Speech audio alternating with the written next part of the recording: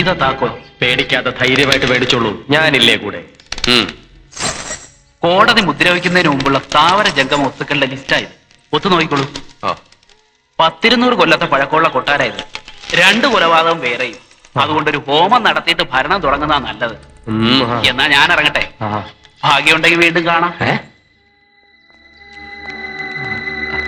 അയാള് പറഞ്ഞതിൽ എന്തോ ഒരു ധ്വനി ഉണ്ടല്ലോ. എന്താ ഇങ്ങനെ മുറുക്കെ പിടിക്കുന്നേ? ഒന്നുമില്ല. അങ്ങനെ എന്തെങ്കിലും ഉണ്ടെങ്കിൽ തന്നെ ഇരുമ്പ് കയ്യിലുള്ളത് നല്ലതാ.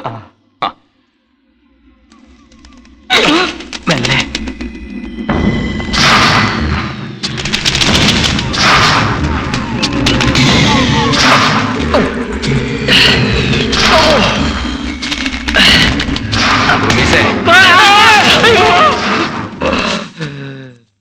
എടോ കോന്തം വക്കീലെ, വീണത് താനല്ല, ഞാനാ. വെറും വീഴ്ചയല്ല, മൂക്കും കുത്തിയാ വീണത്. കൊട്ടാരം ഭരിക്കാൻ കിരീടവും ചെങ്കോലും ഒരുക്കിയിരുന്നതാ. എന്നിട്ടിപ്പോ എന്തായി? ആ നാരായണക്കുറുപ്പ് അനന്തരവന് വേണ്ടി ഇത്രയും മൂളി പിടിക്കുമെന്ന് ആരെങ്കിലും പ്രതീക്ഷിച്ചോ? എന്റെ നേരെ ഓർക്കാപ്പുറത്തുള്ള ഒരു ആക്രമണമായിരുന്നില്ലേ? ഞാനും എന്റെ മക്കളും അനുഭവിക്കേണ്ട കൊട്ടാരത്തിലാ ഞങ്ങളുമായിട്ട് ഒരു ബന്ധവുമില്ലാത്തൊരു ചെക്കൻ കയറി ഭരിക്കണത്. എന്തോന്ന് ഭരിക്കാൻ?